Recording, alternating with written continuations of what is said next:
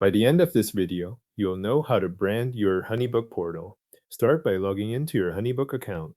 Enter your account credentials and wait for the main dashboard to load. Once you are signed in, move to the Settings area. In Settings, select the Company tab. This is where HoneyBook keeps the main business details and portal customization options, so you'll stay here for the rest of the process. Inside the Company section, click Client Portal and Domain. This opens the area where your client-facing portal settings are managed. In the Client Portal Preview section, click Customize. That will take you into the branding controls for the portal, where you can adjust both the login screen and the style of the pages your clients will see after they sign in. Begin on the Login Page tab. Here, update the background color for the login screen so it reflects the look you want for your brand.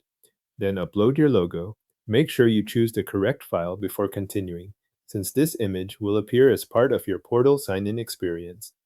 After that, update the portal title. This title is the text clients will see on the login page, so set it to match the name or wording you want displayed. Next, open the Portal Styles tab. This section gives you control over the broader appearance of the portal itself. Start by customizing the page background, then choose the highlight color that will be used across key visual elements. Continue by selecting the fonts that fit your branding. After that, adjust the sidebar styling, then move on to the buttons and any other available branding options shown in this area.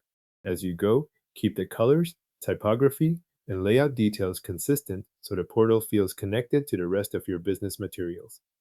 Once you have updated the login page and portal styles, preview your changes.